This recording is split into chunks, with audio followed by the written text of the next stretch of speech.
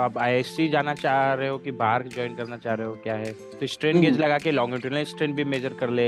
तो दो हाँ। आइसेंट्रोपिक प्रोसेस हो गए, दो आइसोथर्मल प्रोसेस हो गए। हाँ। तो इससे इफिशियंसी का क्या लेना देना है कि why Carnot cycle efficiency is only maximum. तो जतिन, थोड़ा सा अपने बारे में बताओ। सर मेरा नाम जतिन है। मैं फाइनल ईयर मैकेनिकल इंजीनियरिंग का स्टूडेंट हूँ Thakur college of engineering and technology में। मैं मुंबई में रहता हूँ। And other than that sir, मेरी हॉबीज़ है गिटार बजाना, जिम जाना एंड पोइट्रीज लिखना। एंड इस साल मेरे को बेस्ट आउटगोइंग स्टूडेंट का अवार्ड मिला था अपने कॉलेज के थ्रू, मैकेनिकल इंजीनियरिंग डिपार्टमेंट से। एंड सर मेरा फाइनल ईयर बीटेक प्रोजेक्ट है solar energy based air purifier. And मेरे फेवरेट सब्जेक्ट है SOM, thermodynamics, fluid mechanics, engineering mathematics और मशीन डिज़ाइन। ठीक है। तो आपने अपना फेवरेट सब्जेक्ट बताया है, 100 100 मतलब स्ट्रेंथ तो बढ़िया है ना? हाँ सर। ठीक है, तो अभी आप फाइनल ईयर में हो? हाँ फाइनल ईयर में हूँ अभी। अभी ठीक है जुलाई तो में ख़त्म होएगा। ठीक है, तो कॉलेज के थ्रू कहीं प्लेसमेंट या ऐसा कुछ हुआ है अभी की? प्लेसमेंट नहीं सर, गेट दिया, उसमें 408 ऑल इंडिया रैंक आया, तो अभी एमटेक के लिए अप्लाई कर किया है। अभी आईआईएससी का इंटरव्यू कॉल आया है, 15 10 16 को इंटरव्यू है आईआईएससी में। हम्म। तो आप आईएससी जाना चाह रहे हो कि बाहर ज्वाइन करना चाह रहे हो, क्या है? अगर मान लो मोस्टली दोनों तो जगह सर हो जाता है तो? अ, दोनों जगह अगर सर हो जाता है तो मोस्टली तो मेरा इंटरेस्ट थर्मल और फ्लूइड साइड में है, तो उसके हिसाब से जो सबसे अच्छी जो है इंडिया में जो काम कर रहा है जिसमें रिसर्च भी है वो तो बाबा एटॉमिक रिसर्च सेंटर ही है। तो डेफिनेटली अगर डायरेक्ट बाबा एटॉमिक रिसर्च सेंटर में हो गया, और वो लोग भी 1 साल का एमटेक तो कराते ही है न्यूक्लियर इंजीनियरिंग में, तो बाबा एटॉमिक रिसर्च सेंटर ज्वाइन कर लूँ। थिन सिलेंडर वाला टॉपिक पढ़े हो आप? उसमें थिन सिलेंड्रिकल प्रेशर वेसल, हाँ सर। उसमें इंटरनल प्रेशर अगर पी लग रहा है तो क्या हम्म। क्या स्ट्रेसेस आएंगे उसमें? एक सर लॉन्गिट्यूडनल स्ट्रेस आएगा और एक सर हुप स्ट्रेस आएगा। और radial stress? Radius stress thin cylinder के केस में अप्रोक्सीमेटली जीरो लेके चलते हैं। अच्छा, अगर अप्रोक्सीमेटली जीरो ले रहे हैं। हम्म। ठीक है, तो अगर मैं अंदर के लेयर पे निकालूं तो मतलब वो सच में जीरो नहीं है? हम्म। कितना है वो और क्या है? अ,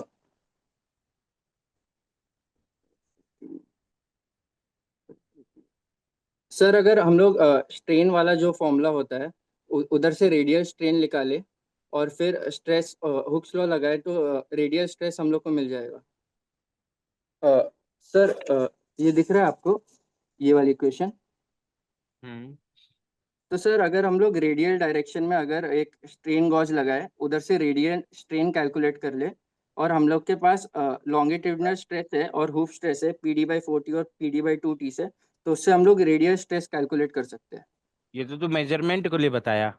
वो तो तू फिर कोई भी स्ट्रेस कैलकुलेट कर सकता है ना, तू खाली रेडियल स्ट्रेन क्यों मेजर करेगा? तो स्ट्रेन गेज हम्म। लगा के लॉन्गिट्यूडिनल स्ट्रेन भी मेजर कर ले, तो स्ट्रेन गेज हम्म। लगा के सर्कमफ्रेंशियल स्ट्रेन भी मेजर कर ले, तो उससे तो सारे स्ट्रेस निकाल सकता है। Yes sir. मेरे पास कोई भी स्ट्रेन गेज नहीं है। ठीक है। ओके। हम लोग जो थ्योरेटिकली एजम्पशन पर बेस्ड स्ट्रेस कैलकुलेशन पढ़ते हैं, उस हाँ। अनुसार जैसे आपने बोला सर्कमफ्रेंशियल स्ट्रेस का एक्सप्रेशन क्या होगा? सरकमफेरेंसर और हुप स्ट्रेस का सर PD/2T और लॉन्गिट्यूडनल का PD/40। PD/40, ये बताया ना आपने expression. Yes sir. Similarly radial stress अंदर के लेयर पे सिलेंडर में, अगर वो इंटरनल प्रेशर पी से सब्जेक्टेड है तो कितना होगा?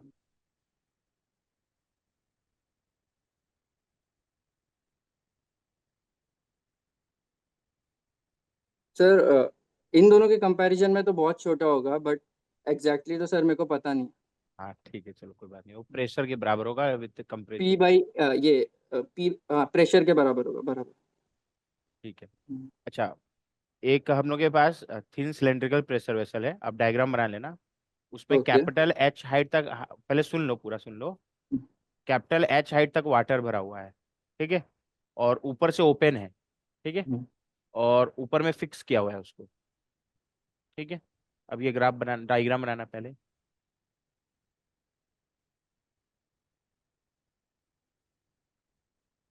सॉरी सर, इसका डेरिवेशन तो फिलहाल मेरे को याद नहीं आ रहा, चलो कोई बट बात नहीं।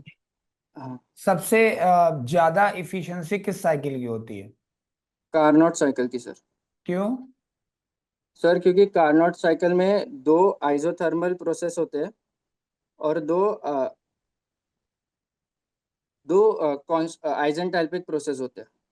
ठीक है। तो इसके इसके लिए सर आइसेंथैल्पिक दो होते हैं। आइसेंथैल्पिक नहीं, आइसेंट्रोप, ये कांस्टेंट कांस्टेंट एंट्रोपी प्रोसेस। ठीक है, आइसेंट्रोपिक।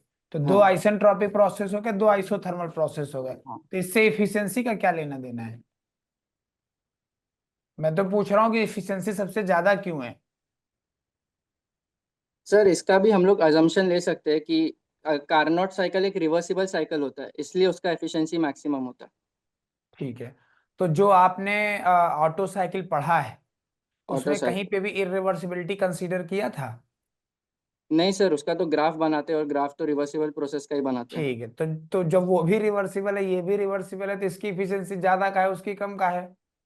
सर, प्रोसेस का डिफरेंस है ना उसमें सर, आइसोथर्मल प्रोसेस काफी ज्यादा तुम स्लो कह रहे प्रोसेस हो, है। नहीं, तुम कह रहे हो कि इसमें दो आइसोथर्मल है, इस वजह से वो क्या है, वो मैक्सिमम एफिशिएंसी है।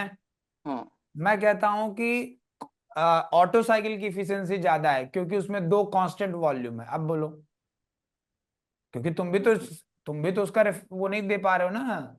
हम्म। तुम भी तो रीजन नहीं बता पा रहे हो ना, तुम बस ये सर, कह रहे हो दो उसका आइसोथर्मल। एफिशिएंसी हम रीजनरेशन लगा के मैक्सिमम कर दे, मैक्सिमम अगर हम लोग ने एफिशिएंसी कर दिया, उसका वर्क डन जीरो आ जाएगा पर ऑटो साइकिल का।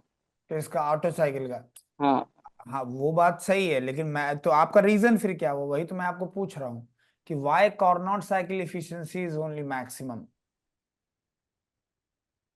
Okay sir. अगर मान लीजिए कि जो जो मैक्सिमम टेम्परेचर और मिनिमम टेम्परेचर लिमिट है, वो हम हाँ फिक्स कर दें।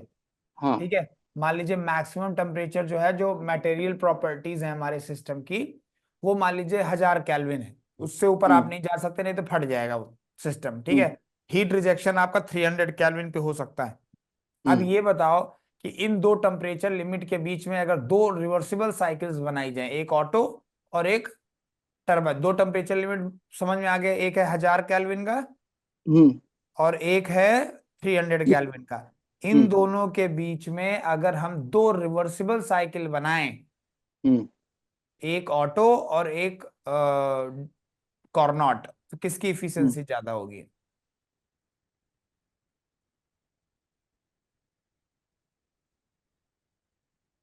सर, सेम टेम्परेचर लिमिट से और दोनों रिवर्सिबल है तो दोनों का एफिशिएंसी सेम आएगा।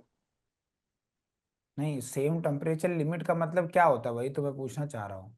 सेम टेम्परेचर लिमिट का मतलब मैक्सिमम टेम्परेचर होता है। दोनों साइकिल को मैक्सिमम। जरा बनाओ, दोनों साइकिल को जरा एक ही डायग्राम में बनाओ। ठीक है सर।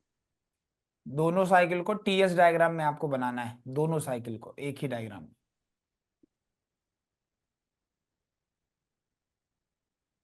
बस इंटरव्यू के लिए एक और फीडबैक है, बस छोटा सा। जैसे तू आधा पौन घंटा बाद थोड़ा सा थका थका लग रहा था ना, कि मतलब तू उससे बोर हो गया था, तो तेरा बोर नहीं कॉन्सेप्ट सर, एक्चुअली सर मतलब कॉलेज का कल यूनिट टेस्ट है तो उसका ही पढ़ रहा था, उसके हाँ, बाद ये मतलब इंटरव्यू था। जो हाँ। भी कारण था, बट तेरे एक्सप्रेशन से वो लग रहा था। हम्म ठीक है। तो बार्ग में क्यों होता है ना, उनको रिसर्च कराना है। तो अगर तू हम्म इंटरव्यू तेरा 1 डेढ़ घंटा खींच रहा है ना, मतलब तेरा कॉन्सेप्ट बहुत अच्छा है, वो समझ चुके हैं।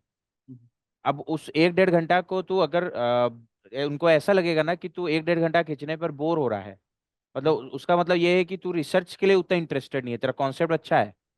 बट अगर तू इंटरव्यू तेरा 1 डेढ़ घंटा जा रहा है, तो उसको इंटरेस्ट ले रहा है, होता है ना कि हम लोग कोई क्वेश्चन आपस में डिस्कस कर रहे हैं, तेरे से कोई क्वेश्चन पूछा, तो तू एकदम इंटरेस्ट लेके जवाब दे रहा है, और तू ऐसी कंझा जा रहा है कि मतलब मेरे को इसका जवाब नहीं देना है, या बिना मन हम्म का दे रहा है।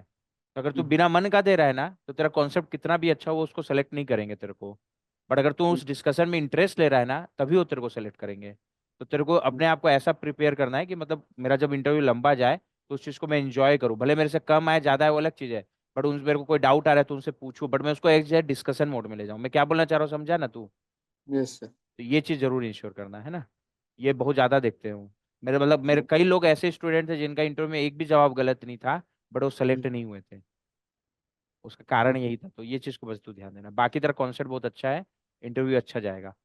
बस जो जो सब्जेक्ट सोचा है उसका नोट्स और उसका एक एक स्टैंडर्ड बुक को पढ़ ले तू। ठीक है। ओके। ठीक है, थैंक यू सर।